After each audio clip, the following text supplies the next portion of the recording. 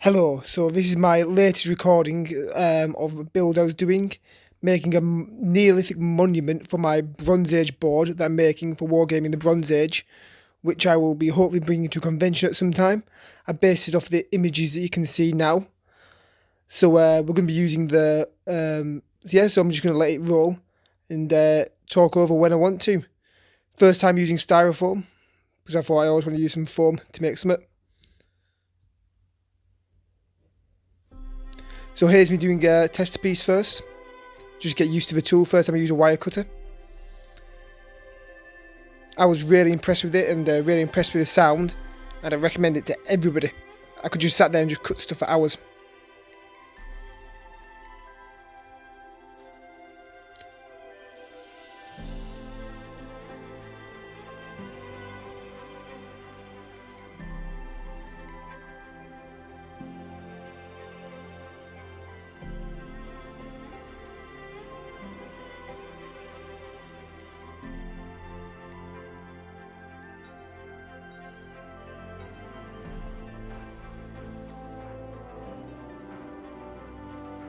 So apologies for my hands not being covering the view there, but I was just carving out the stone that's going to sit on top of the monument.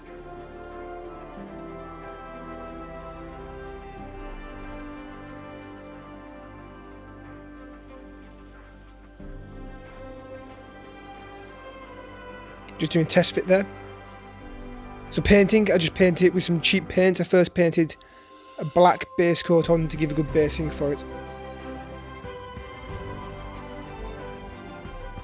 I wanted to include a neolithic monument in my Bronze Age wargaming setup just to give it a bit of rooting and give a bit of feel of the world. The fact that these people are already living in an ancient part of the world despite being what we see as somewhat of a primitive or new stage in our civilization.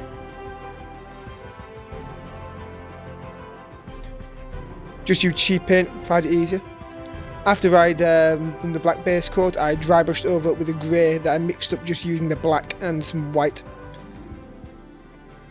Funnily enough, it seemingly just brought it back to the same colour that I started off with the base foam.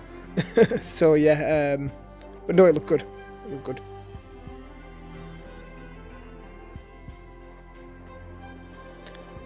I'm basing it on a old Warhammer 40k blast template, which seemed to fit it perfectly.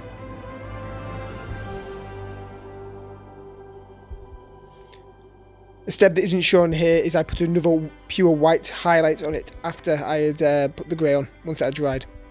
So base it with some flock that I already had in, just some brown and some green flock. In the end, I found out that just using my finger was easier, so I just used my fingers.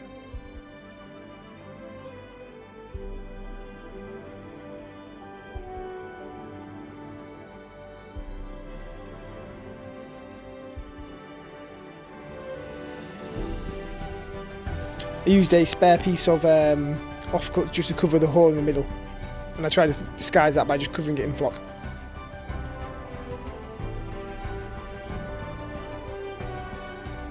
Then I glued the top on.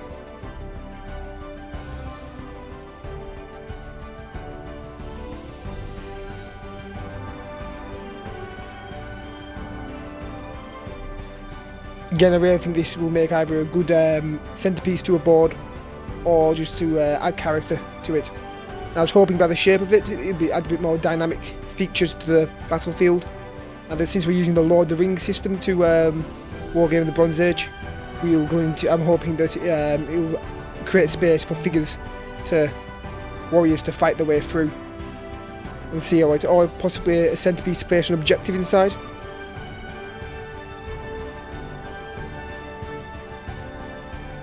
I was very, very happy how this project turned out, and it's really inspired me to push me forward to get the rest of the board finished.